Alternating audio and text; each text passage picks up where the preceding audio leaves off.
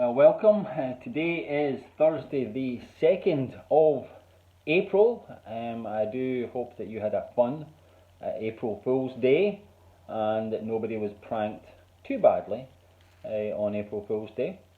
Well, we're nearing the end now of the second week of lockdown, and I'm glad that you've tuned in again to be encouraged by the Word of God and to look to the Lord for help and guidance and sustenance in our time of need. Now, could I say again, I don't want to repeat myself, but I have said this before, but I wouldn't like to say it again, that I remind you that as a church we are here, we're ready, we're willing, we're able to help in any way possible. If you have any need, if you need somebody to pick up any shopping, if you need them to pick up any prescriptions, or if you just want to chat, please do let us know if there's any way that we can minister to you, that we can show you the love of Christ. Do drop me an email or give me a phone call. That was rather strange, but we'll keep on going. Anyhow, earlier on in the week, I saw a rather odd story on the news. As you're aware, there are various travel restrictions in place right now, but on Monday, the Northwest Motorway Police in England actually revealed details of an incident that they faced over the weekend. A driver had taken a round trip from Coventry to Salford, a journey of 224 miles, to pick up windows that he bought on eBay for £15. Now, when police stopped the car and questioned him about the necessity of this journey, is this really a trip that you have to make? They found to his amazement that his wife had gone on the journey with him. But unfortunately, on the return of the journey, there wasn't enough room for the wife to sit on any of the seats, so the police found this gent's wife in the boot of the car.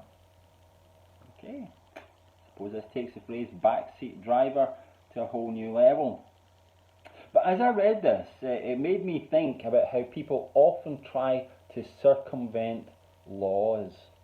We try to find ways around them, and often we try to find our ways around good and useful laws that are there to protect and to help us. Now, as much as this is true of the rules that the government has brought in over the past few weeks to stop the spread of the deadly coronavirus, I would suggest that often people try to find ways around the good, loving, and profitable laws that God gives to his people to benefit them. There's this story that I heard back in uni. I don't know if this is true for certain, but there's this story about how in Old Testament times people would attempt to find ways around certain Sabbath laws.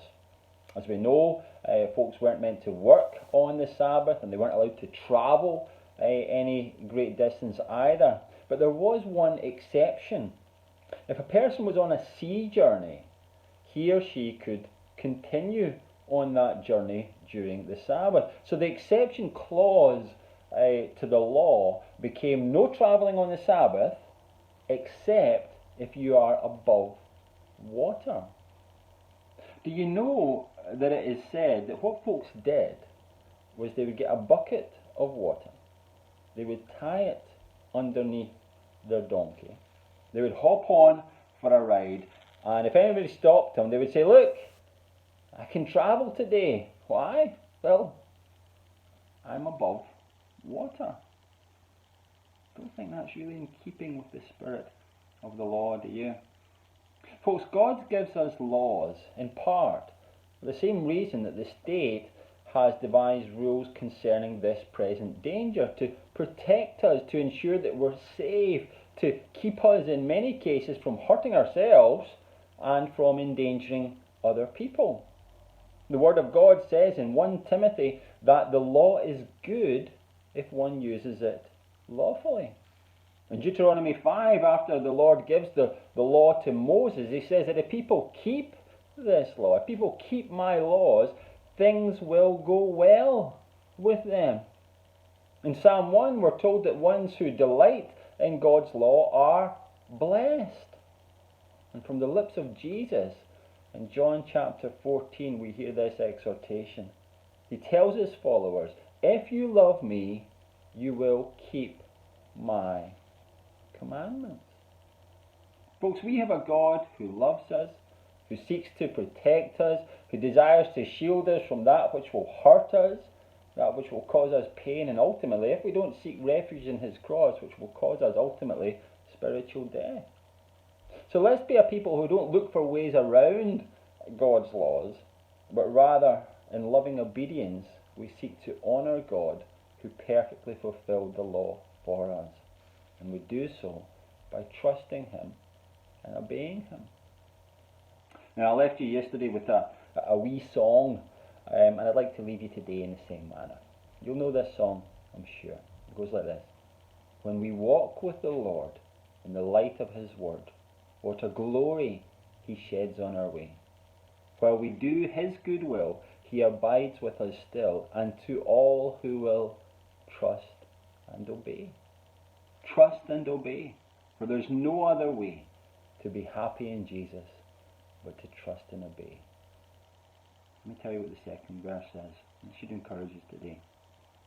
Not a shadow can rise, not a cloud in the skies, but his smile quickly drives it away.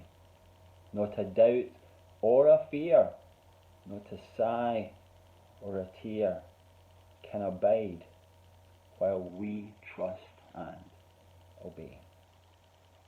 Folks, we would do well to trust and obey our political leaders today as they seek to protect the population and to save as many lives as possible. But we would do even better to trust and obey the great God who wants to protect his children from harm. He gives us laws for our own good. Let's be a people who rejoice in this fact, and we trust him and we obey him.